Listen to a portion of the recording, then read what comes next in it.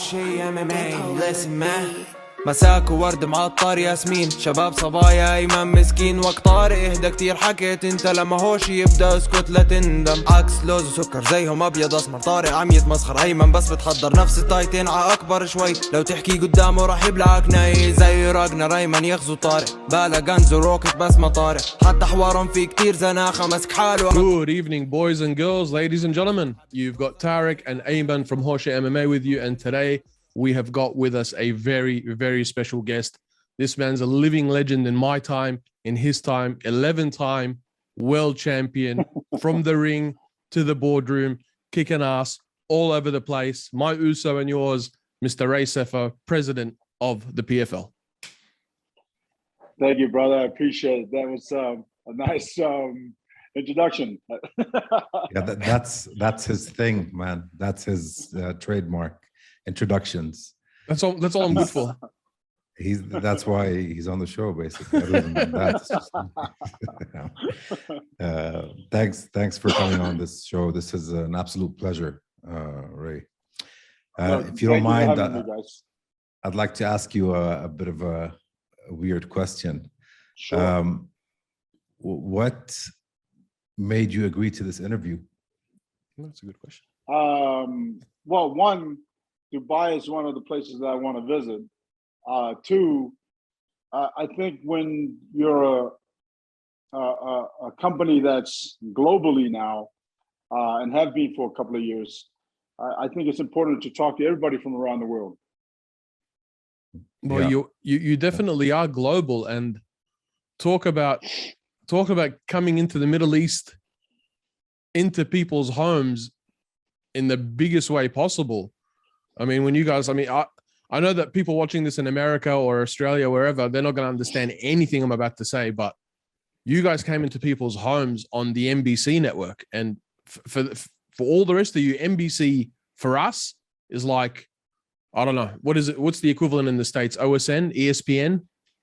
ESPN, yep. Yeah. It's pretty much close to a monopoly, right? So pretty much.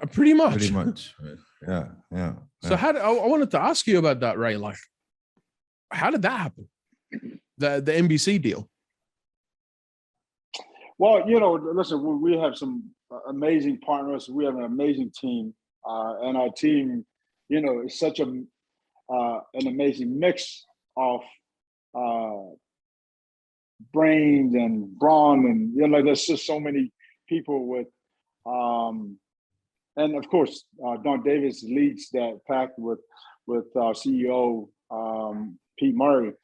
And, those guys, while we're asleep, they're working. And so, it's really cool that, we're able to connect to the world so fast, especially, we're not a very old company. And so to be able to connect to the world, it just means that we're going to continue to grow for better and bigger things. And I think it's always been your strategy, right? Partnering with any entity or business or individual or outlet that has anything to do with MMA, correct? But NBC is a pretty huge deal, right? Right. The whole streaming world we're in today, it's a huge deal for the region. So how serious are you guys about building something substantial in this part of the world, in the Middle East? I know 100%. Obviously our goal from the very beginning was to build, our name and build the company in the US first.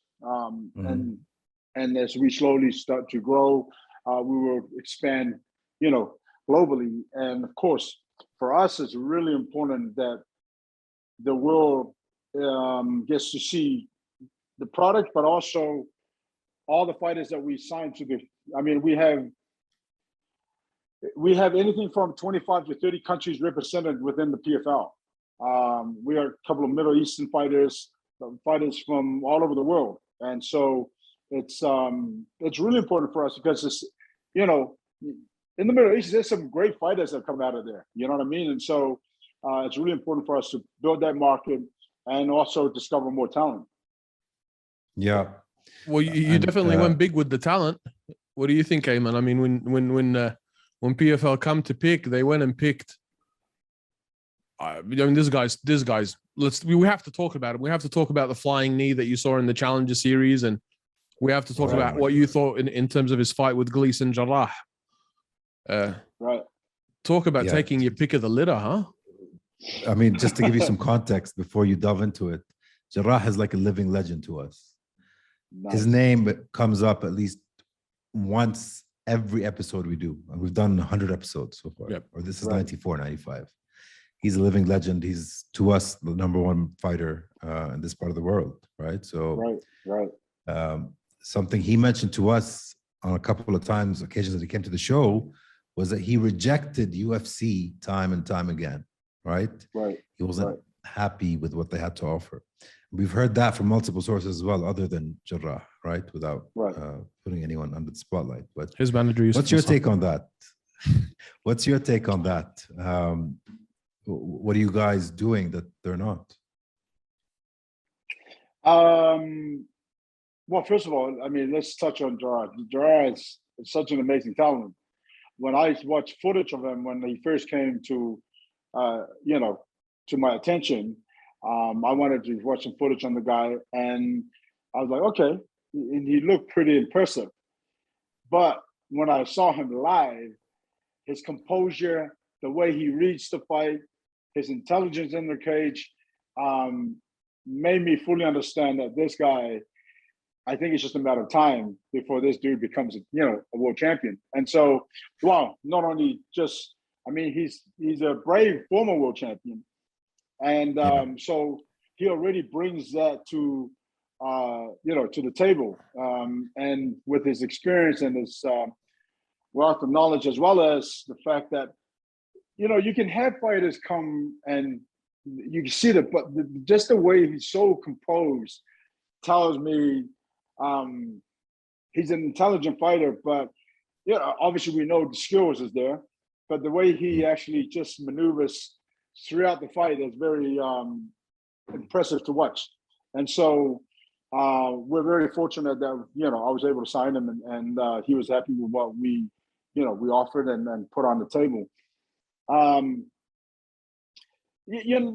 Again, fighters are going to get offered opportunities, whether it be UFC, Bellator, ONE FC, you name it. And I think at the end of the day, the fighters want to number one, be treated well, respected, which is part of what we do. It's part of martial arts. It's part of the world that we live in, if you will.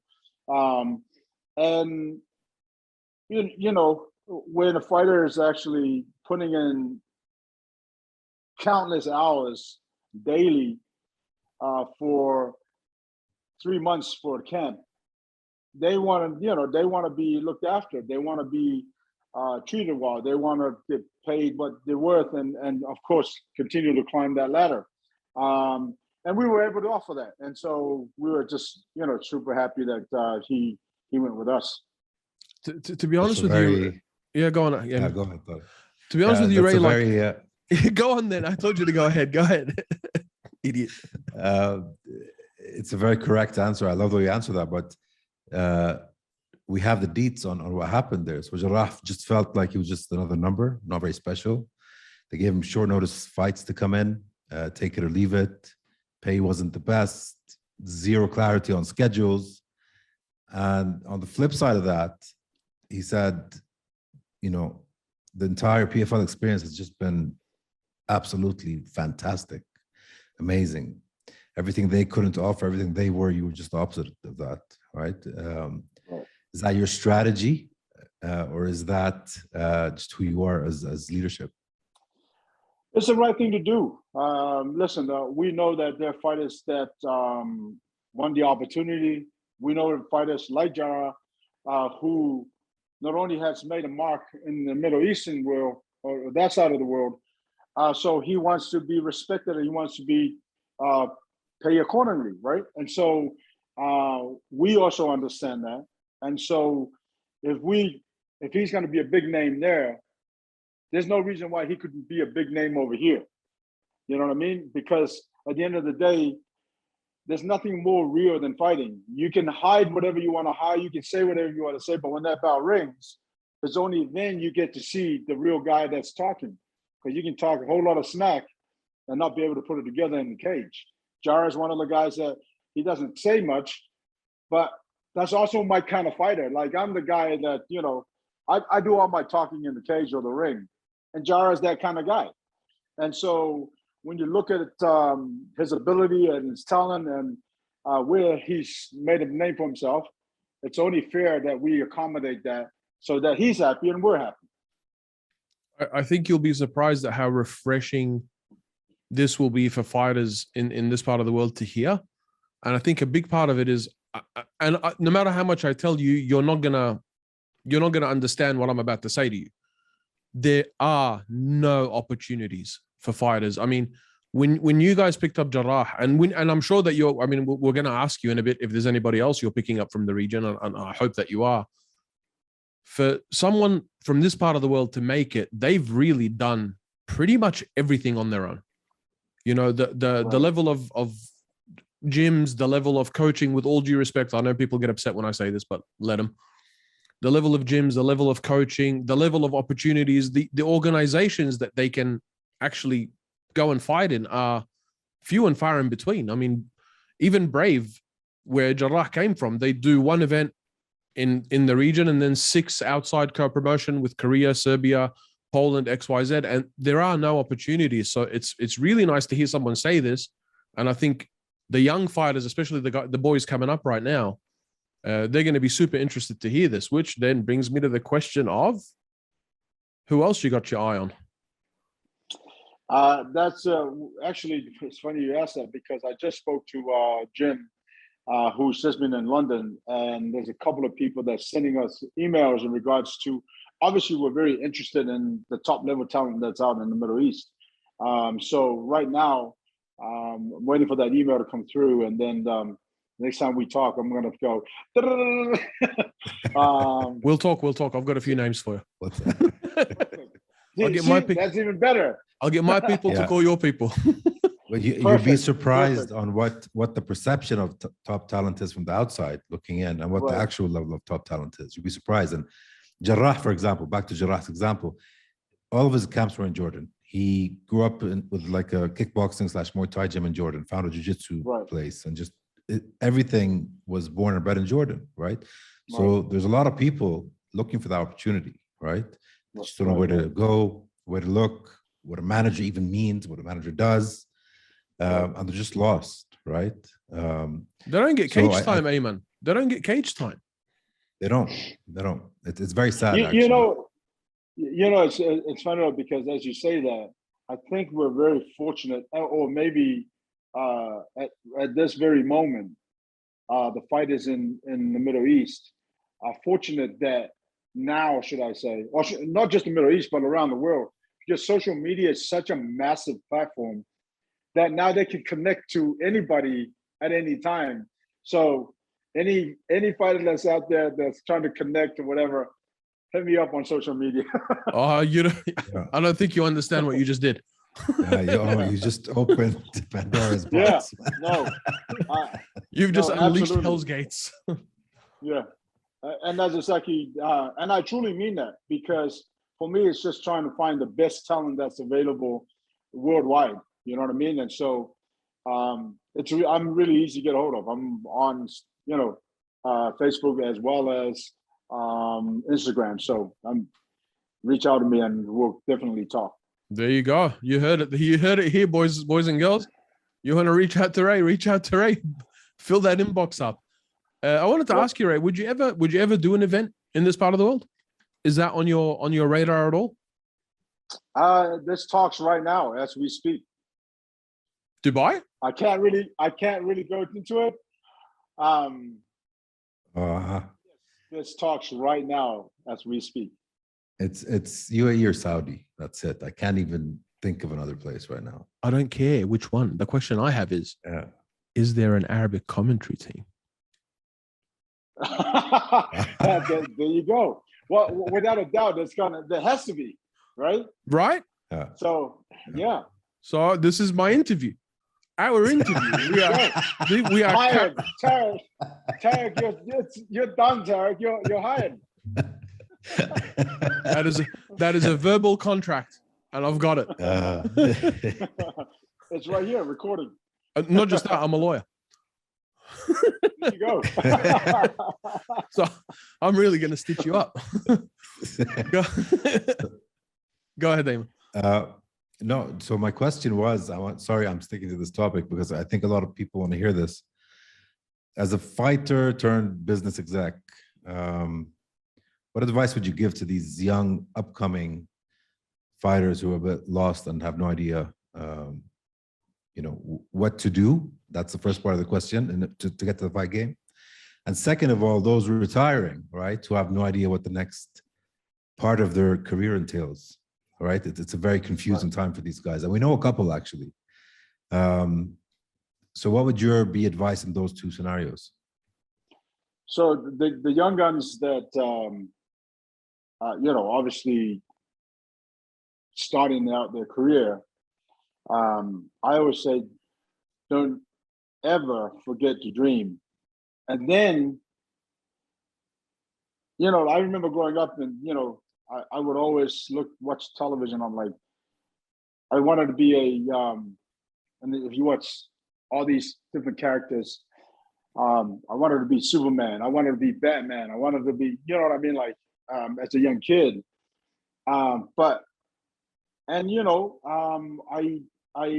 That was kind of dreaming. I wanted to be something that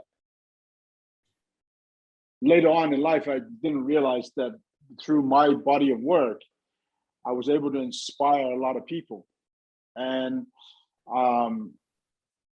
so, first, obviously dream big, and just be outrageous with your thoughts and whatever, because then you got to set goals. And when you set your goals, then you also got to put in the work. Because I always say there's no success without hard work. You know what I mean? And that's the first. And then set those goals. Being a fighter, I wanted to be and I didn't really set my goal of being a world champion from the very beginning. I wanted to be a national champion. And once I achieved that, I wanted to be because I went from being a national champion to challenging for the South Pacific title, for the isolation title. And I just kind of worked my way there and then challenged for the world title and then continued, let alone, in my wildest dreams, I never thought I would win 6 world titles in 6 different weight classes. And I went out and did that. Now, that's all hard work. That's getting up at 7, 8 o'clock in the morning, 7 o'clock in the morning, going for your run, come back, having breakfast, and then get ready in the afternoon to go to the swimming pool, to the pools and do 50, 60 laps, come home, have a little bit of something to eat, rest, and then head back to the gym for sparring at 7 o'clock at night. And so, the goal was very, was set from the beginning, but I wanted to go through stages of those goals. You know what I mean? Become a national champion and so on, and then continue to pick up titles, and eventually you're going to get to a world title. I don't know what Jaro was doing in terms of getting, but he ended up becoming a world champion. So I'd assume he picked up titles along the way to get to that point. You know what I mean? So again, don't be afraid to dream, set goals, and be willing to do the hard work. I'll tell you what happened with Jarrah. Not to interrupt you, Ray, because it's important. Because it's important. I think it'll give you some background. So we had this promotion once upon a time called Desert Force, and they come in also with NBC. Funny enough, and it was all Arab fighters, and it blew. And when I say it blew up, I mean it blew up, and a bunch of guys got into it. And it was televised, and they got all the shine. And these guys ended up, in all honesty, across the Middle East, they are living legends. Jarrah is one of them. There's a guy called Muhammad Fakhruddin. There's another guy called Anas Siraj. All these guys who competed in that original promotion, Desert Force, ended up going on to Brave and so on. But then what happened is that TV deal broke down. They stopped doing the Desert Force promotion, and then we had nothing for years and years and years and years and years. Brave came along. Jarrah went to that. He picked up in that. A few of the other guys went overseas, so on and so forth. But we've had nothing until probably about, what would you say, Ayman?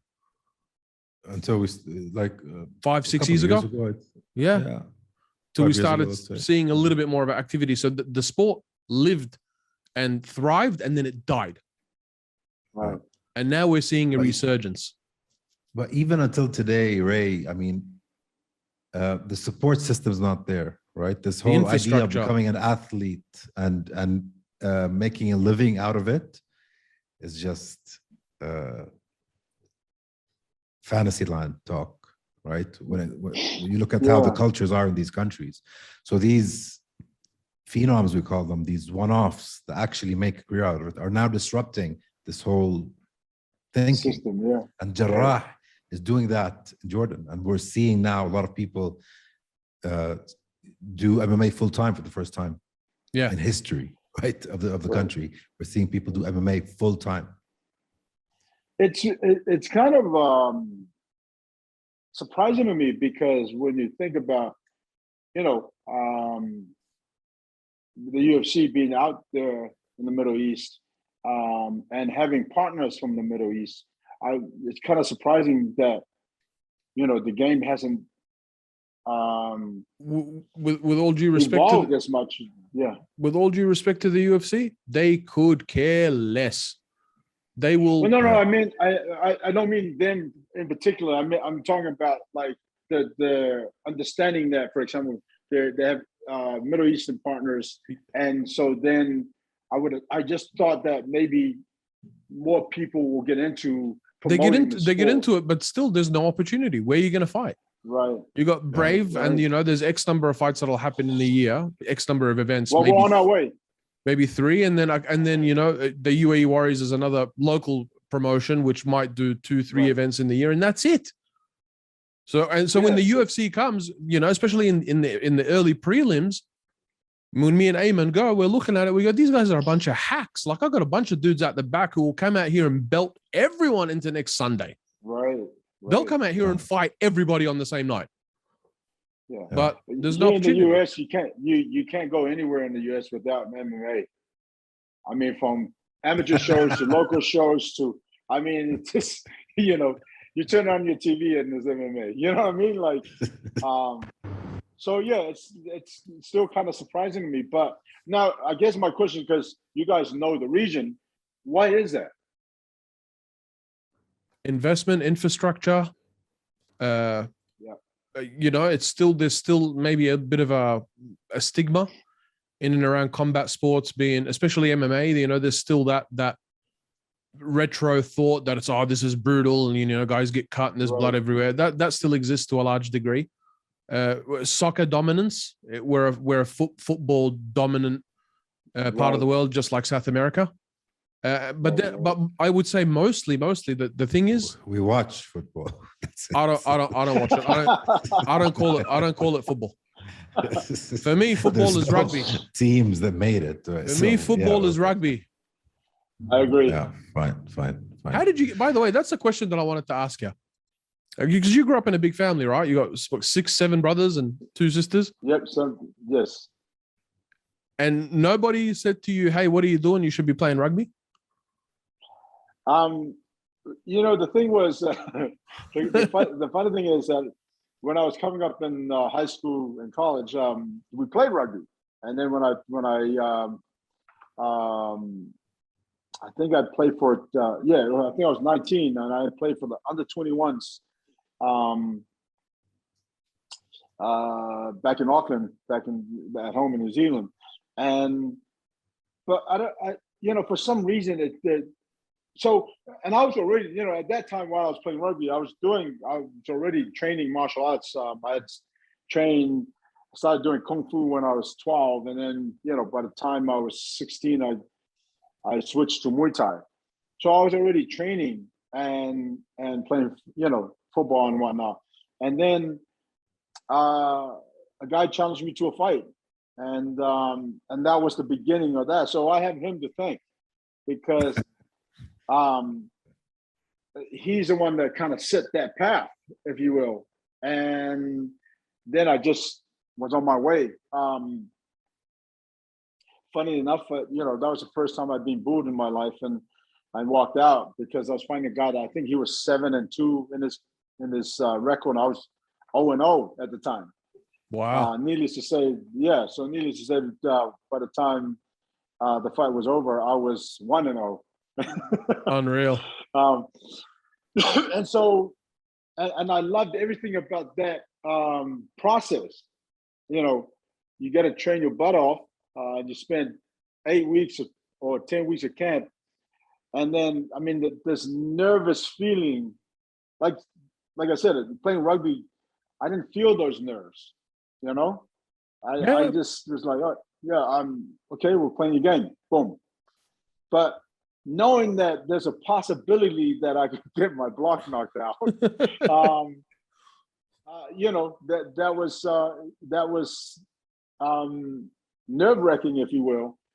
But once the initial contact, it was like training. The only difference is it's for real now, right? And so I loved the whole process leading up to it. I loved the feeling that being nervous, and then the feeling of that achievement afterwards. And it was funny because I was booed walking in because I was like the new kid on the block, but I was cheered and standing ovation walking out. Absolutely. And so, and I think the guy outweighed me by 45 or 50 pounds, but Jesus. and so it's so everybody was like, "Well, you're gonna get back to football?" I'm like, nah, I kind of like this, the feeling of just focusing on this one, opponent or person, and just seeing how far I could take it. How do you recapture or relive that feeling? Because there's not much like it, that fear and that nervousness. Your body gets hooked to that, right? So after you stopped fighting, did any of that kind of dissipate or leak into the business world? Do you have that edge to keep you going every day? I think that the edge is a little bit different. I mean, listen, I'm still in the gym. I still spar 3 days a week. We had sparring last night, and I grapple from time to time, but majority is MMA sparring, and I focus on defending the takedowns and whatnot, and keep it standing.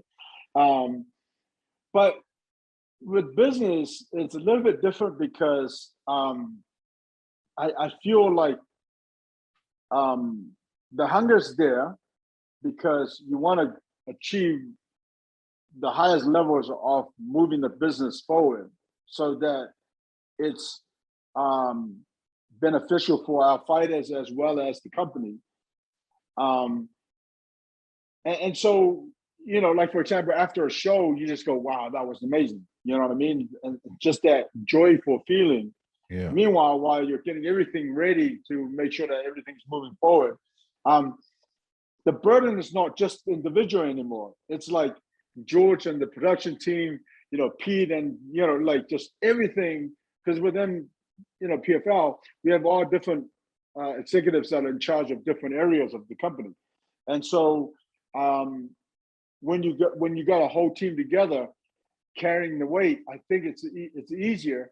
But the excitement of it all is when the actual show is said and done, and it's a successful night. Then you go, wow, that was awesome. You know what I mean? Yeah. And was this a goal of yours though? Sorry, was this a goal of yours? Like, did you know post your fighting career that you're going to go ahead into business and eventually become the president? Was it something you set out earlier in your career, or did it just happen organically? Okay. So once I knew K1 was having problems,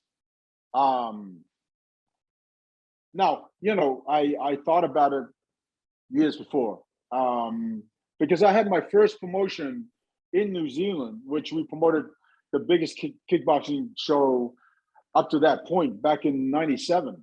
Yep. And I had, I think it's like 6 world titles on the night. And I mean, we showed out that because we didn't have a big big stadium, but the stadium that we had there was, I think, six or 7,000 people, and it sold out. So that was my first promotion ever, and it was a success. So eventually, like, I knew where I was. Well, actually, I shouldn't say I knew, but I had an idea that at some point I was gonna do it again. How, I didn't know, but when it came to when I knew K1 was having issues, I started, making notes and how I would go about doing it, and how I wanted to be different. And so, and I think this happened, I want to say 8 months before, or 8 or 9 months before K1 filed bankruptcy. Yep. And That was like so then, 09, 010?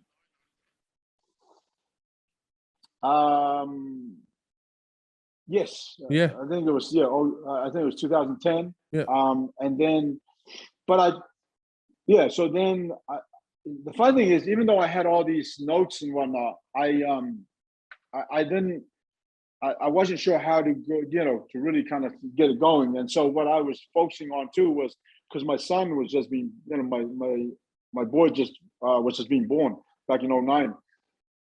So I had to make sure that things were set out right for him. And so I was taking gigs, like pro wrestling gigs. I was fighting here and there.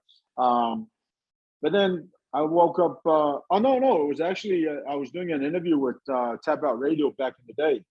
And and those guys were, big fans of MMA and K1. And right then and there, I just clicked. I was like, okay, I'm going to get this done. Like, while I was talking, being on the interview like this, a light switch just went off. Woke up the next morning, called up a buddy of mine at the time. And within a week, we had offices. And then Wow. I laid, so then I laid out exactly how I wanted to do the season. And that was when it was the World Series of Fighting, right? Correct, yes. But then I think we were about 4 months out from the show. And my partner at the time said that the guy that was going to put in $100 million somehow disappeared. Like disappeared, or he's somewhere in Nevada in a big hole. No, meaning that he had moved. I think he was originally living in California somewhere. And I didn't. I mean, the reason I say that, because I never got to meet the guy.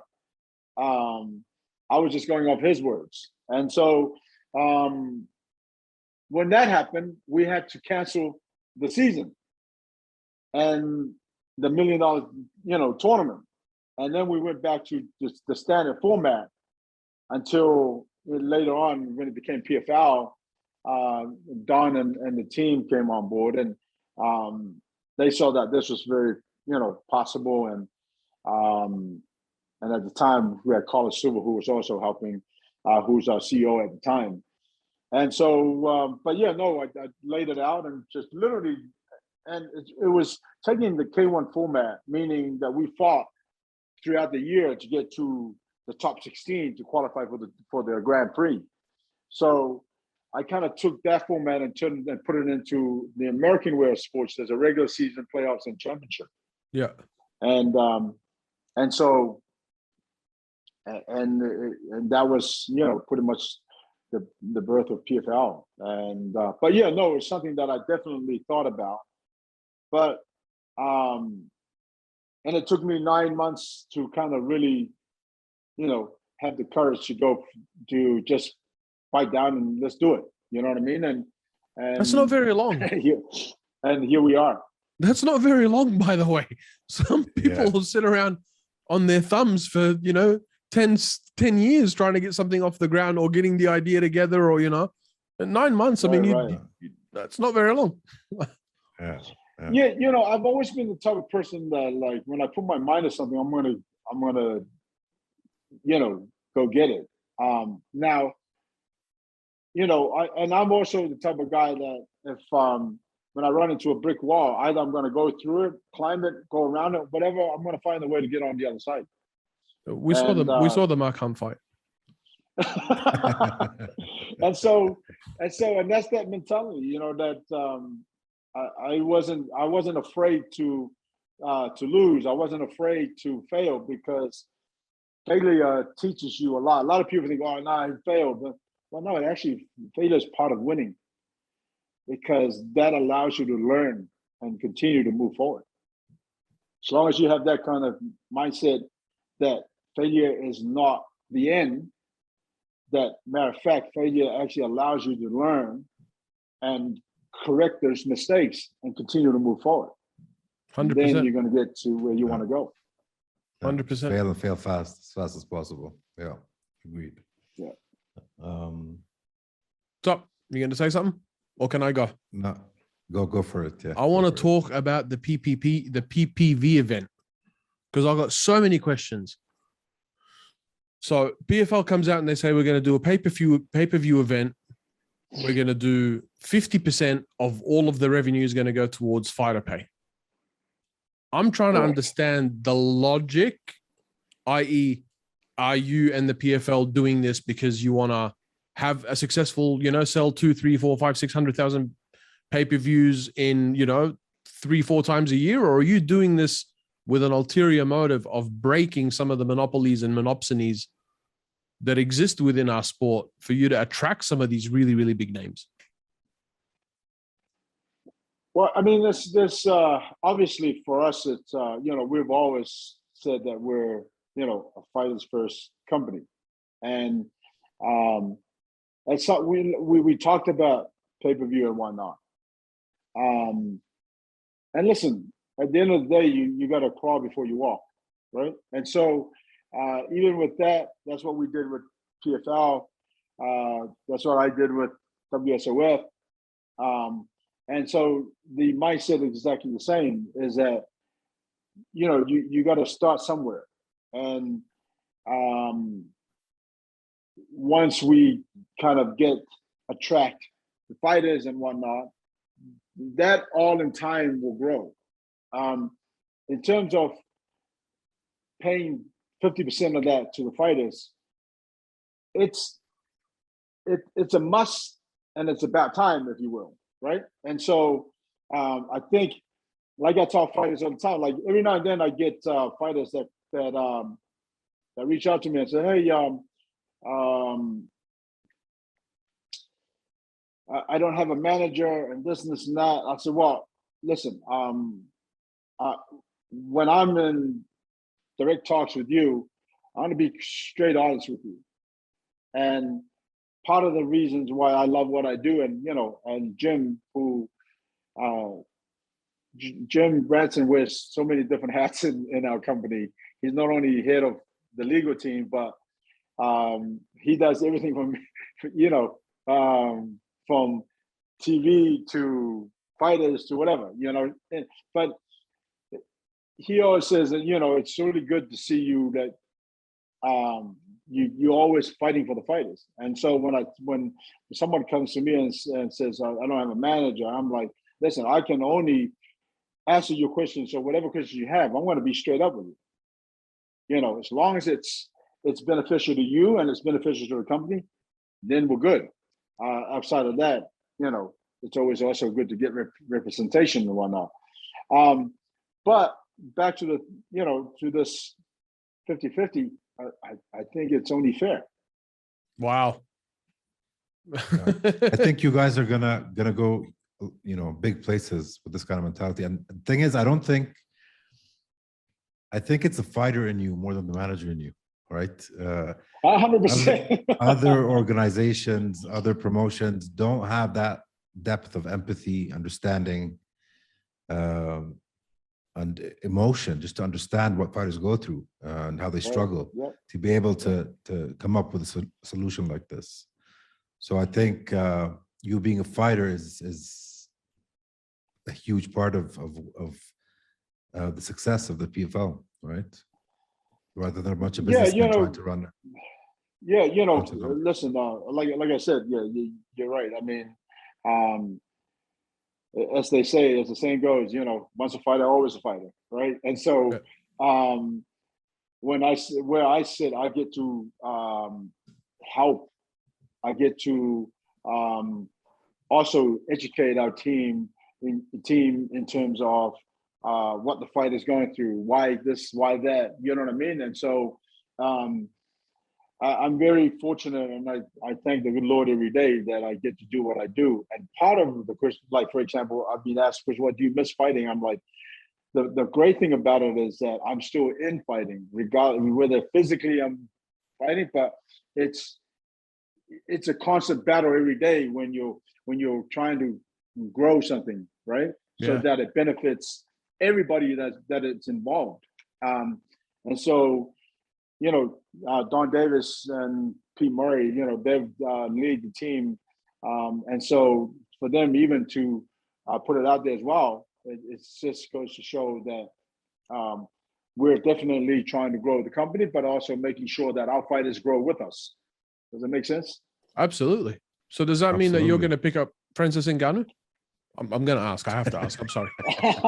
He's free agent, big PPV star, Francis Ngannou, Tyson Fury, first pay-per-view event on PFL. Come on.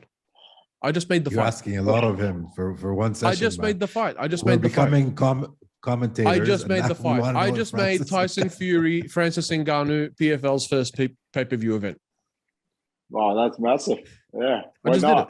I just did it. I just did it. No, but I'm not. In all seriousness, would you? I mean, is that? Are you contemplating going after Francis?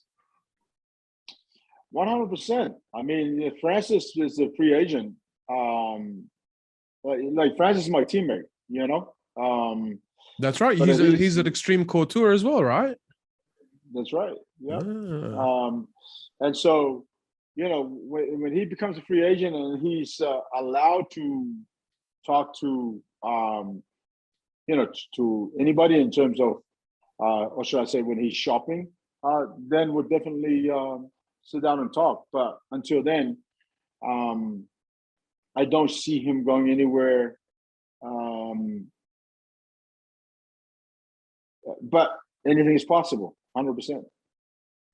I mean, if 50-50 pay-per-view, this is going to attract all sorts, right? Absolutely. And that's the key. It's not just to, I mean, listen, not only is it going to attract a lot of fighters, but we're not just saying that just to attract fighters. We're saying that that's because that's what we believe. Yeah. I mean, Nate Diaz, he's about to be free agent. I'm going to sit here and I'm going to make fights for you all day long. Perfect. Nate, you and I need to talk regularly. We get Francis, we get Nate, we do this pay-per-view together, we get Cyborg out of Bellator. Done. She goes in with Kayla. Ooh, boy. Done deal. Done deal. I want to ask you a little bit about Kayla and the fact that she decided to stay, right? What do you think that says about the PFL? Because I honestly thought once you started talking free agent and going after Amanda Nunes and Pena, I'm like, all right, she's gone. She's out. But then she stayed. Yeah. And I think that says a lot about the PFL, but I wanted to hear what you thought about it. Well, listen, we like I said from the beginning that we look after our fighters and we make sure that the most, or should I say, one of the most rewarding things is like when I'm about to do a weigh-in and the fighters says to me as well as their manager, like, Ray, thank you so much. Your staff has been amazing. They anything we needed, they looked after us. They're going out of their way to make sure that everything is comfortable for us as fighters. Like when we get that feedback from the fighters, that in itself is a mission accomplished, because that is what we want to do, is making sure that these guys are comfortable leading into that fight week. And so I think, at the end of the day, money talks as well. But the fact that we also look after our guys very well, it also played a massive part in her decisions to stay as well. And a lot of our guys that we do keep,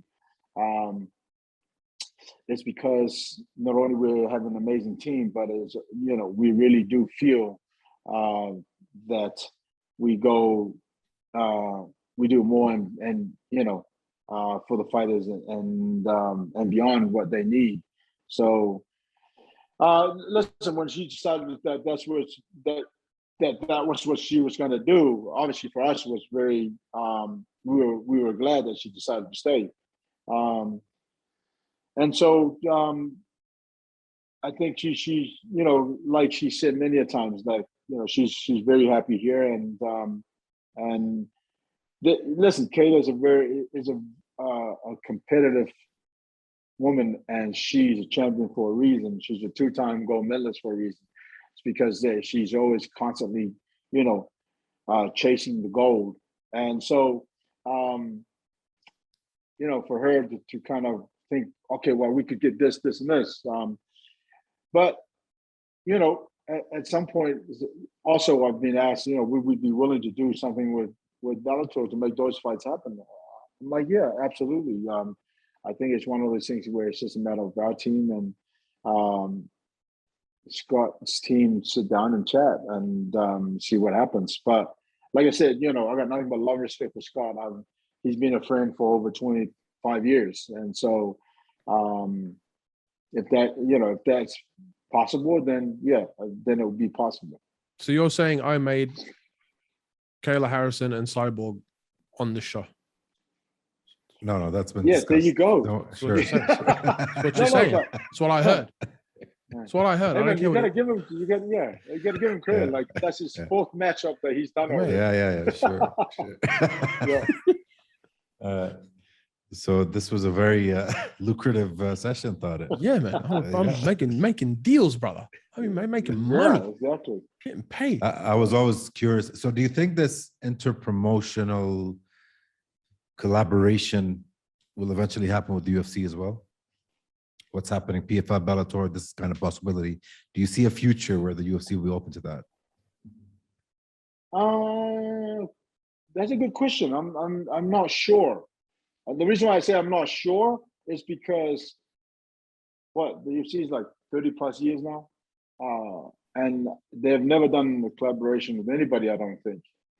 I believe that at some point there was a situation with Fedor and Malenko. And listen, don't quote me on this because there's just rumors that there's just rumors that I had heard, and that I think the people, I think at the time he was with M1, and they wanted to do a co-promotion with the UFC, and I think the UFC said no. So again, like I said, don't quote me. These are just what I have heard. So if that was, the way they thought then, it's possible they could change their minds, but they'll have to, right? Because the sport's going to outgrow the organization. For as long as I can remember, the UFC was MMA, right? But eventually the MMA as a sport is going to outgrow the UFC. So, well, no. I mean, the MMA is a sport, and sorry. I'm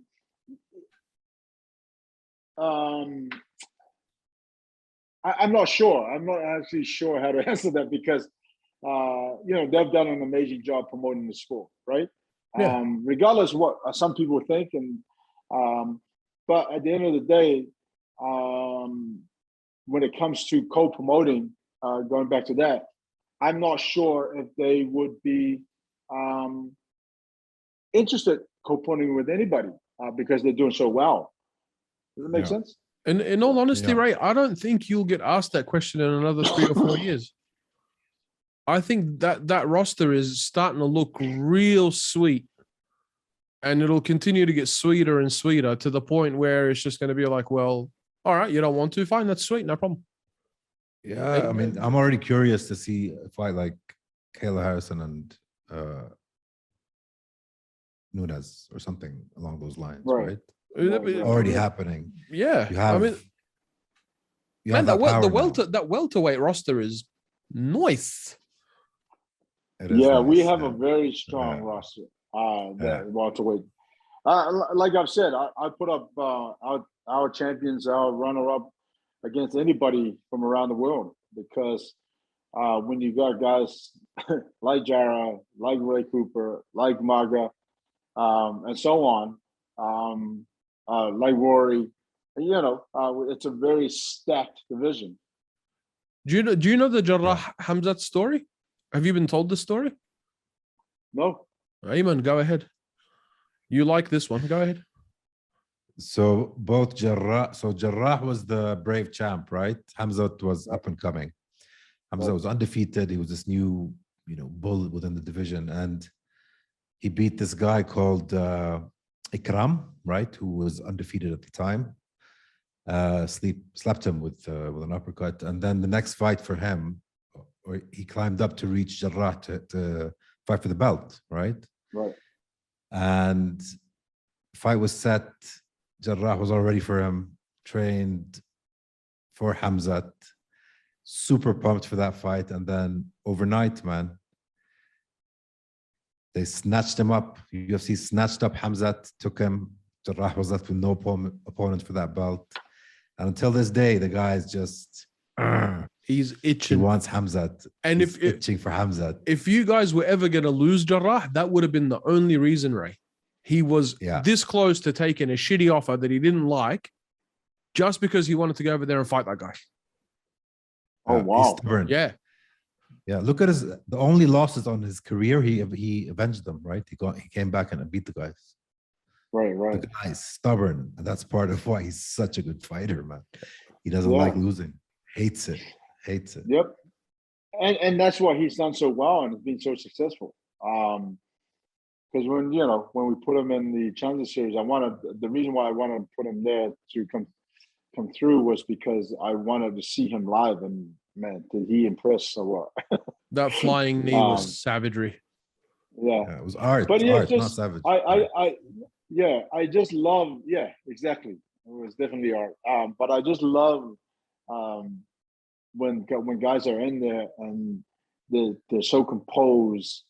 That tells me that's a very dangerous, individual. Absolutely. You have to be nuts to be that composed, right? Right. No, seriously. So I had one last question before I let you go, Ray, and I know we've taken up a lot of your time.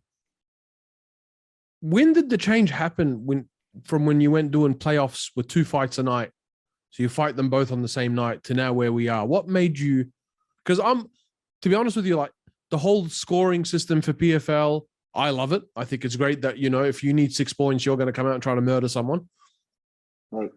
But what made you stop doing the 2 fights a night gig?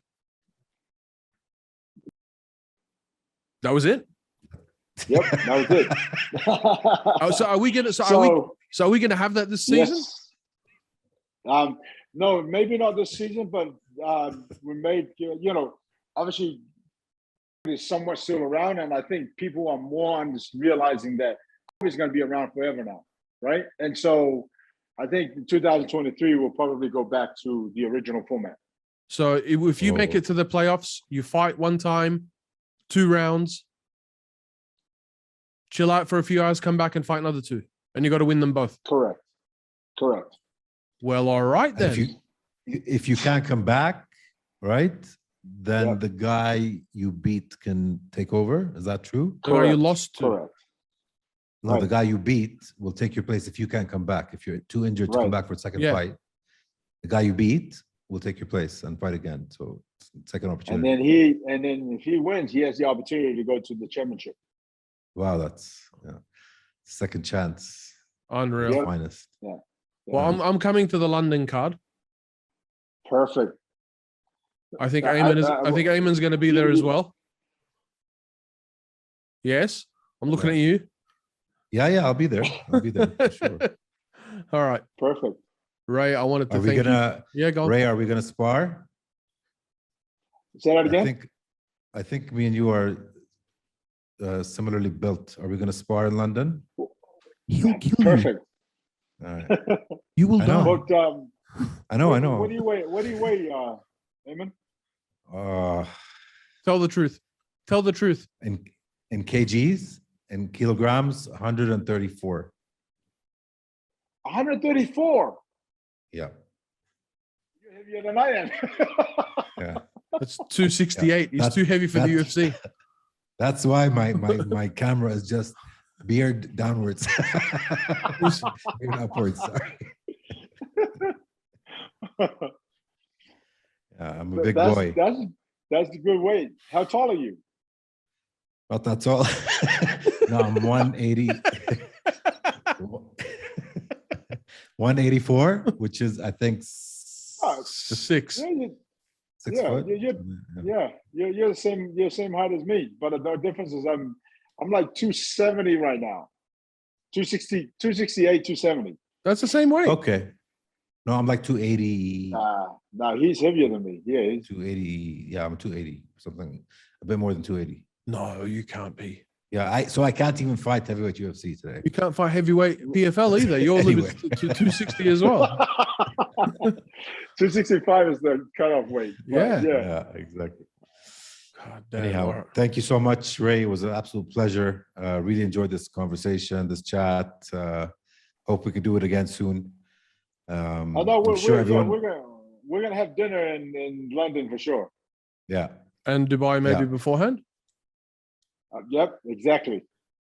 There we go. I'm trying. There we go. I'm planting the seeds. It's funny you say that because you know what? My plan was to go to Wales for the first round. I mean, for the second playoffs. And then I've never been to Dubai, so I wanted to go to Dubai for 3 days before the show in London. So Okay. Just just don't come in June, July, or August. Yeah. Oh. It's 50, well, we're gonna be there in August. it's 50 So degrees hot, in man. the shade. Oh, really? It's hideous. In the shade. Yeah, it's no, I'm not joking. I'm not joking. It's 50 degrees in the shade and it's 200% humidity. Yeah, you can fry an egg on the sidewalk. So when is the best time to go to Dubai? Come November all the way through April. You No. Got it. October, Even to October. April, Yeah. even May is bearable. Yeah. But Okay. yeah. June, July, August, it's punishment. Everybody Wow. leaves. The country gets empty anyway, like summer holidays, right? So anybody who's like, especially the expat community, the mums will take the kids and they're off to Oz, the States, Canada, blah, blah. It turns into just bachelors everywhere because everyone's wives has taken their kids and escaped the heat. Even the people who were born and raised here, they still take their kids and go somewhere cold. And they leave us, doing what we do. Nice. But I'm not complaining. And we have a few names for you when we meet up.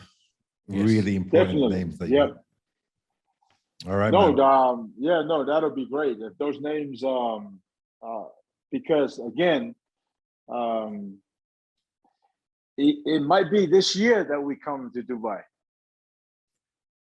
All right. Yeah. All right. We just got our clip, Eamon. There we go. That was our clip. That was the promo to cut. In all fairness, he said might. Yeah, but I'll edit he's that protected. I'll edit that out and I'll make it say, we are coming to Dubai. We're signing Francis and I want to fight Dana. I'll fix it. Don't worry. When you see him in Vegas, tell him I said hi. Oh, that's funny. I will. All right. I want to thank you so much, Ray. This was a real pleasure. Now that you've said you're going to do it again, we are going to do it again. We'll try to catch up ASAP. I'm in the background trying to tee up interviews with some of the other guys, Pete, Don. So Nice.